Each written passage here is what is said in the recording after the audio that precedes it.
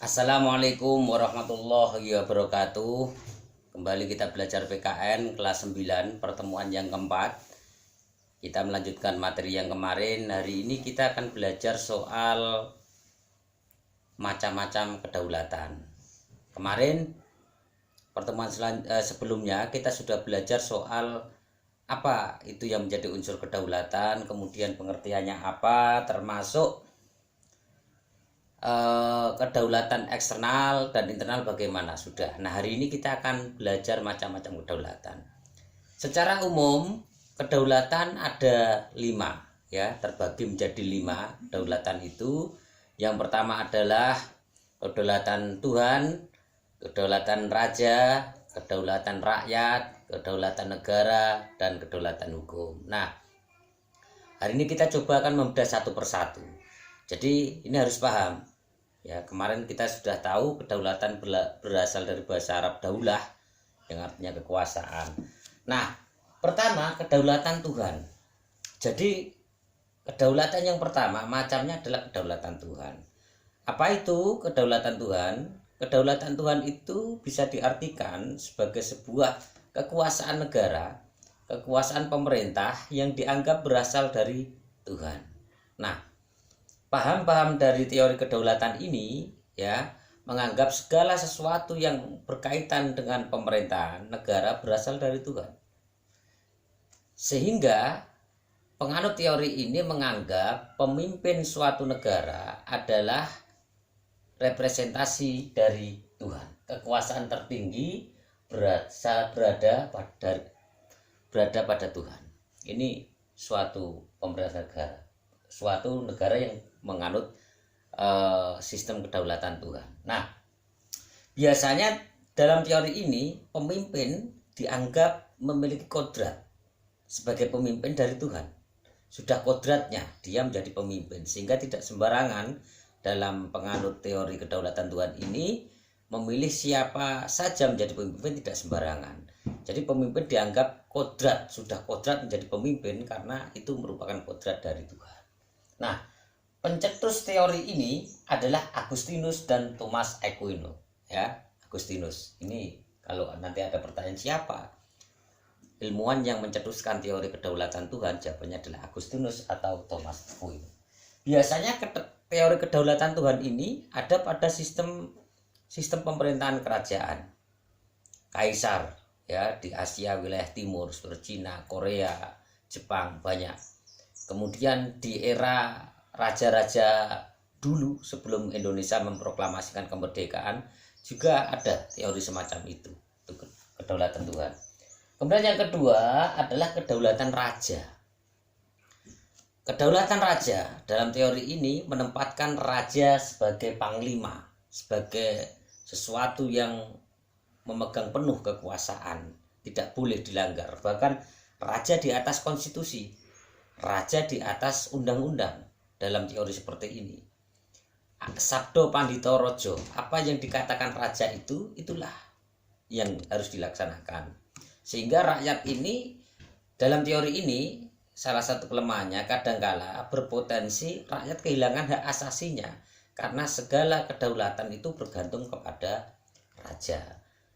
Tetapi jika raja itu arif bijaksana akan bagus. Sebaliknya ketika raja itu ternyata tidak memiliki sifat arif dan bijaksana, tentu ini adalah sebuah kesengsaraan bagi rakyatnya. Ini kedaulatan raja. Raja dianggap sebagai penjelmaan dari Tuhan. Nah, teori ini begitu. Dalam teori kedaulatan raja, raja dianggap sebagai penjelmaan dari Tuhan. Gitu. Nah, siapa kira-kira pencetus teori kedaulatan raja? Pencetusnya adalah seorang ilmuwan, ahli ilmu politik, yaitu Jean Bodin. Ya, Jean Bodin. Kemudian yang ketiga adalah kedaulatan rakyat.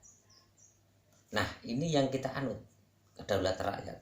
Ini yang kita anut. Negara kita Indonesia menganut sistem kedaulatan rakyat. Apa itu kedaulatan rakyat? Kedaulatan rakyat adalah kekuasaan berada di tangan rakyat. Kekuasaan tertinggi berada di tangan rakyat. Tentu melalui lembaga-lembaga perwakilan sesuai dengan sistem pemerintahan kita. Ya. Dalam sistem kedaulatan rakyat, semboyan pemerintah dari rakyat, oleh rakyat, dan untuk rakyat ini selalu bergaung. Jadi substansinya adalah rakyat. Kedaulatan ini menempatkan, teori ini menempatkan rakyat menjadi pemegang kekuasaan yang luar biasa melalui lembaga perwakilan. Jika terlaksana dengan baik, tentu negara yang melaksanakan sistem kedaulatan ini akan membuat rakyat menjadi makmur. Rakyat menjadi kelompok yang memang menjadi tujuan dari pelaksanaan sebuah kebijakan, tentu saja yang baik. Ya. Nah, sumbernya kedaulatan rakyat adalah sistem demokrasi. Demokrasi dan pemerintahan dari rakyat, oleh rakyat, dan untuk rakyat.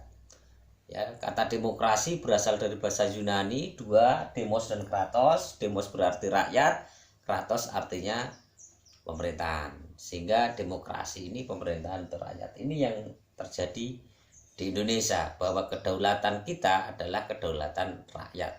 Sehingga tentu melalui lembaga perwakilan, rakyat memiliki wakil di lembaga perwakilan.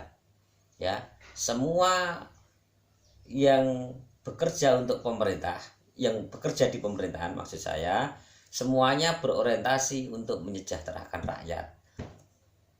Visi utama dari sistem kedaulatan rakyat ini bagaimana bisa membuat rakyat makmur, adil, dan sejahtera. Rakyat memiliki wakil dalam wujud pejabat di berbagai lembaga. Ini perwujudan dari kekuasaan rakyat. Sehingga tetap meskipun ada DPR, ada anggota DPR, mereka di sana bekerja untuk rakyat. Di pemerintah daerah, pemerintah pusat, mereka bekerja orientasinya untuk rakyat. Sehingga ketika ada pejabat yang ternyata memiliki visi yang tidak selaras dengan mensejahterakan rakyat, maka itu adalah kekeliruan, karena kedaulatan kita adalah kedaulatan rakyat. Ketika ada pejabat sewenang-wenang terhadap rakyat, maka itu keliru, karena yang memberikan kewenangan, kekuasaan kepada mereka adalah rakyat. Sehingga pejabat tidak boleh sewenang-wenang kepada rakyatnya. Kemudian yang keempat adalah kedaulatan negara. Sumber dari kedaulatan negara itu adalah negara. Kedaulatan ini secara teoritis lahir ketika negara itu lahir. Ketika negara itu lahir, maka kedaulatan negara itu pun lahir. Nah, kedaulatan ini memiliki sesuatu yang absolut, sifatnya absolut ya, dan mutlak, tak terbatas. Kedaulatan negara itu sifatnya absolut dan mutlak ya, mutlak. Kedaulatan negara mutlak. Sehingga dalam kekuasaan negara berhak untuk mengatur dan mengeluarkan kebijakan sesuai dengan kebutuhan negara itu. Kedaulatan kekuasaan tertinggi berada di negara.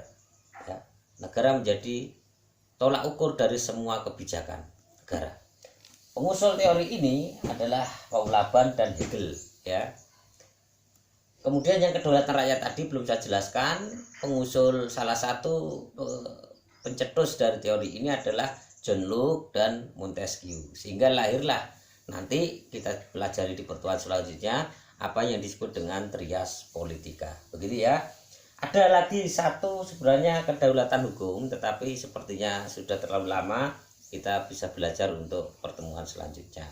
Saya review bahwa teori kedaulatan ada 5. Pertama adalah kedaulatan Tuhan, kedaulatan raja, kedaulatan rakyat, keempat kedaulatan negara, dan yang kelima adalah kedaulatan hukum. Masing-masing kedaulatan ini memiliki ciri khas dan karakter yang berbeda, termasuk kedaulatan yang kita anut, yaitu kedaulatan rakyat, sebagaimana yang kita lakukan selama ini, bahwa rakyat merupakan pemegang kekuasaan tertinggi melalui lembaga-lembaga perwakilan.